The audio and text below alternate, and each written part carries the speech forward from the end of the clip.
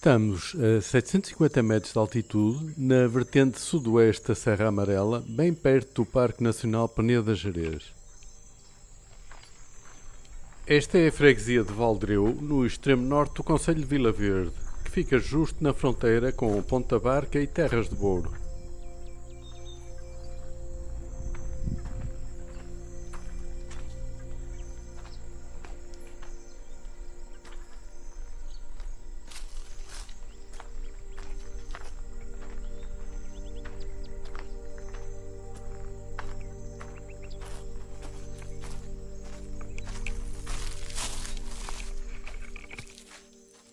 E é aqui, nesta zona agrícola de montanha, que fica um santuário muito especial.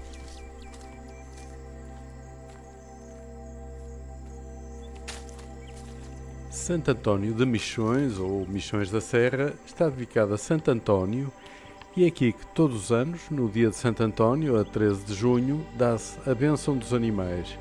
E milhares de pessoas de concelhos vizinhos vêm aqui com os seus animais para que sejam abençoados.